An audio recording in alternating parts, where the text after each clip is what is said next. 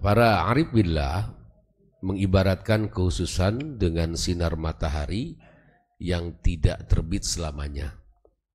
Matahari itu terbit di siang hari dan tenggelam di malam hari. Nah, begitu pula dengan sifat-sifat Allah yang diberikan pada kita, cahaya Allah yang diturunkan pada kita. Namun kadang-kadang kita pun menjadi manusia yang ego ketika dicabut kekhususan tersebut atau karomah tersebut. Jadi kalau lagi ada manusia yang sedang egois, sedang penuh dengan amarah, sedang hubbud dunia, itu tanda dia sedang dicabut karomahnya dari Allah.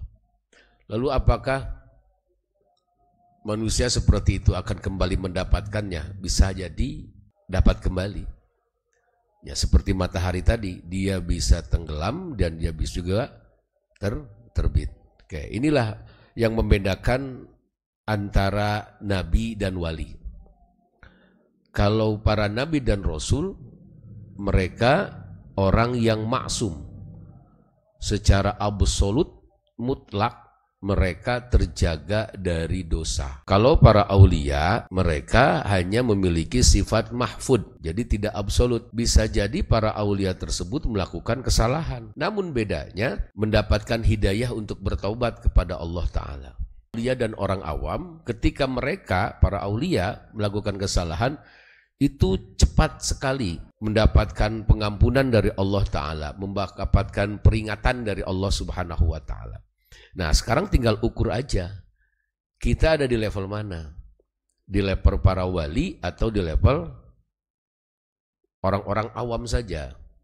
Seandainya kita sedang melakukan kemaksiatan, lagi gelap hati kita dengan urusan-urusan duniawi, lupa pada Allah Ta'ala, lalu kita tuh susah sekali untuk angkat dari tempat itu. Mencek Sundana tema hese hanjat tina susukan. Nah, itu tandanya kita masih termasuk orang-orang yang awam. Karena menjadi wali itu ada caranya. Menjadi wali ada caranya.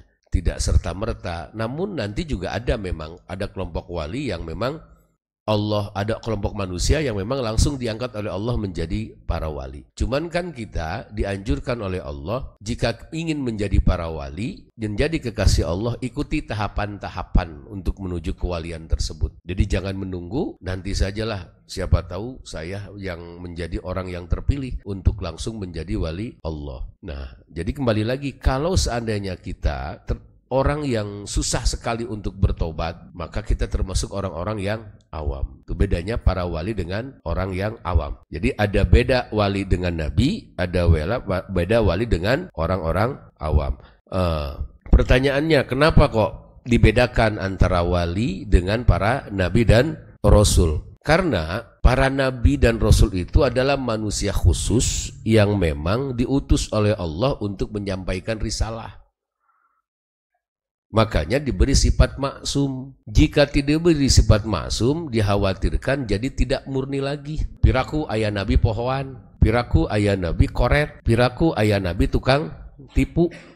Jadi itu alasan kenapa Allah memberikan sifat maksum kepada para nabi dan rasul. Nah, kalau para wali, karena mereka bukan manusia yang mendapatkan wahyu untuk disampaikan pada umat, hanya menjadi pewaris alias penerus para nabi dan rasul, maka kesempatan membuat kesalahan itu sangat besar. Jadi kalau seandainya ada orang sudah dianggap sebagai wali, lalu melakukan kesalahan, jangan ikut-ikutan menghujat. Karena itu tadi prinsipnya. Nah, ini pentingnya kita ngerti tentang pemahaman wali dan nabi dan rasul. Jadi kalau ada wali, katanya wali, kok berbuat salah. Nah, sekarang ini tuh kan kita banyak terpengaruhi oleh AI ya. Ada orang misalnya sudah dianggap sebagai wali, sudah dianggap sebagai kekasih Allah, orang yang mulia di hadapan Allah. Lalu dibuatlah oleh Allah dia bersalah. Nah, kesalahan yang dibuat oleh seorang wali tersebut digoreng ulang oleh siapa? Manusia. Dibikin AI. Sekarang kan susah bedain antara AI dan orisinil ya. Susah. Makanya jangan terlalu percaya. Kalau kita sebagai kaum intelektual langsung percaya dengan informasi yang ada di media saat ini, nah itu nggak ada bedanya sama ibu-ibu yang suka ke pasar tuh tiap hari. Sekarang ibu-ibu di pasar itu ngomongnya tentang si anu. Nah dia lihatnya dari mana? Lihatnya dari informasi media. Makanya kita harus cerdas memilih berita. Dan apa untungnya sih ketika kita membicarakan kesalahan, membicarakan hal-hal yang besar gitu kan. Padahal hal tersebut tidak membuat kita menjadi berubah, menjadi kaya atau menjadi sehat dan lain sebagainya. Mending silent. Mending gak usah banyak omong. Kita serahkan semuanya pada Allah Ta'ala. Ya karena itu. Jadi seakan-akan AI itu menjadi utusan setan ya. Untuk mengganggu manusia. Ya, makanya kalau yang ujian pakai AI berarti baladna juri gitu deh. Pokoknya gini deh. Pokoknya hati-hati dengan informasi yang ada. Karena dengan teknologi yang sekarang ini, itu kita gampang sekali menghujat kan. Orang yang tadinya di hadapan kita itu baik, mulia, tiba-tiba seliuran berita di TikTok, di Instagram, padahal dia ahli ibadah, lalu tiba-tiba kita hanya menjudge-nya dengan lahiriah kita saja. Karena banyaknya berita, sudah diatur oleh pemerintah tentang berita hoak, tetap aja. Makanya kita sebagai kaum intelektual harus apa? Harus hati-hati. Oke ya. Jadi para wali itu bisa saja terpeleset melakukan kesalahan dan dosa. Cuman Allah akan segera menyadarkan dan membimbingnya untuk bertaubat. Oke. Lalu kalau seandainya ada pertanyaan, bukankah Nabi dan Rasul pun itu manusia biasa? Gitu kan? Kan sama-sama dari jasad. Bagaimana dengan ayat Al-Quran yang ada di surat Al-Kahfi ayat 110? Qul innama ana basyarum mithlukum yuha ilayya annama ilahukum ilahu wahid faman yarju liqa'a rabbih falyamal amalan sholihan wala yusyrik bi'ibadati rabbih ahada. Bukannya di situ ada innama ana basyarum mithlukum, aku manusia biasa seperti kalian. Nah, ayat ini tidak sedang membicarakan tentang sifat yang ada pada diri manusia. Lihat ayat ke depannya. Yuha ilayya annama ilahukum ilahu wahid. Ayat ini membicarakan tentang hei umat, gitu kan? Hei umat, bahwa untuk sampai kepada Allah itu, untuk wusul kepada Allah, untuk ma'rifat kepada Allah itu tidak dikhususkan untuk para nabi dan rasul, tapi untuk kalian juga sama, karena kalian dan aku secara basyariah itu sama. Oke, ya. Jadi ayat ini membicarakan tentang apa? Tentang tujuan. Tentang tujuan bahwa manusia, siapapun dia, Nabi dan Rasul, punya hak dan kesempatan yang sama untuk bisa liqa'a rabbih, berjumpa dengan Tuhannya, yaitu Allah Subhanahu wa Ta'ala. Nah, lalu selanjutnya, bagaimana caranya? Maunya hanya secara logika saja. Kalau nggak kerja, kalau nggak dibayar nggak mau kerja. Hal model kayak gitu dibawa ke kehidupan ibadah.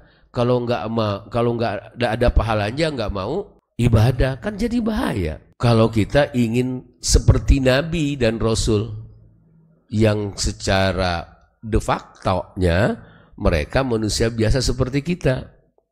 Ya, makanya di sini Allah mengutus setelah para tabi'in itu ada yang namanya ulama. Setelah para nabi itu ada yang namanya ulama. Ada sahabat, ada tabi'in, tabi'in, wa man tabi'ahum bi ihsan ila yaumil din, itu ulama. Nah, yang dimaksud dengan ulama di sini adalah mereka-mereka para pewaris Nabi yang memiliki metode khusus untuk segera sampai wusul pada Allah Subhanahu wa Ta'ala. Ada metode thariqahnya, ada metode ma'rifatnya, itu. Makanya kita harus masuk. Entah itu pakai metode thariqah atau metode ma'rifat, agar supaya kita cepat apa? Wusul, cepat sampai hati ini pada Allah Ta'ala. Mana mungkin kita bisa mendapatkan surganya Allah, firdausnya Allah, menyatu dengan Allah di akhirat nanti, kalau seandainya di dunia kita tidak kenal dengan Allah Subhanahu wa Ta'ala. Cara cepatnya cuma itu. Wah, males Pak katanya, ikut talqin, ikut udah. Silahkan kata Allah. Gak mau kayak gitu juga mangga, cari dunia semaumu mangga. Mau sampai kapan kita ngurusin dunia ini? Mau sampai kapan ngurusin keluarga aja? Mau sampai kapan ngurusin anak aja? Mau sampai kapan ngurusin karir aja? Padahal perintah dari Allah itu apa? Liya'rifuni, untuk mengenalku. Jadi hati-hati nih. Makanya Bapak mengharapkan pada semua yang ada di sini itu, mumpung masih muda, jangan ikut-ikutan orang yang tidak yakin dengan jalan thariqah. Karena tujuan kita adalah kembali kepada Allah dengan sempurna. Ya ayuhan nasu antumul fuqara ilallahi wallahu ghaniyul wallahu huwal ghaniyul hamid. Wahai manusia, sesungguhnya kalian itu fakir dan Dia Allah Tuhan yang maha kaya dan maha terpuji. Itu menunjukkan bahwa kita ini butuh sama siapa? Allah. Memang di surat lain, fa'bud ma syi'tum min dunihi. Silahkan kalian sembah yang lain selain aku, mangga, silahkan. Karena Allah mah nggak peduli kita mau musyrik atau tidak, kita mau taat atau tidak, terserah. Karena apa tadi? Wallahu huwal ghaniyul hamid. Allah itu zat yang maha kaya dan maha terpuji. Jadi jangan ikut-ikutan sama orang-orang yang anti tasawuf. Jangan ikut-ikutan sama orang yang anti thariqah, ya. Jadi ayat tadi fa'budu ma syi'tum min dunihi, silahkan kata Allah. Mau sembah siapapun silahkan, tapi ingat mau sampai kapan? Dunia ini akan berhenti suatu saat nanti. Matahari akan terbit dari sebelah barat suatu saat nanti, dan dunia ini pasti akan hancur. Karir juga sama. Jadi bos paling jadi sampai umur berapa sih? Uang sebanyak mungkin, sebanyak apapun, habis gak? Habis. Kecerdasan juga sama, kepintaran juga sama, pasti akan terlampaui oleh yang lain. Makanya gini ya, kalau Bapak tuh gini, Bapak tuh ingin kalian tuh lebih hebat dari Bapak, lebih pintar, lebih cerdas. Bukan berarti Bapak pintar dan cerdas. Pokoknya harus lebih dari apa yang terjadi saat ini. Karena apa? Bapak tuh pengen dapat syafaat dari kalian. Suatu saat nanti, misal ditanya hisaban, lalu tiba-tiba tak bisa jawab gitu dengan hisaban tersebut, seperti pertanyaan kemarin, marobuka. Jatuh tamat ya ngaji alfiyahna guruna, tetamat ngaji imriti guruna. Kita punya murid, ternyata lebih hebat dari gurunya. Datang dia tuh nolongin kita. Maka jadilah manusia-manusia yang nanti bisa menggantikan orang tua kalian, lebih hebat dari orang tua kalian saat ini.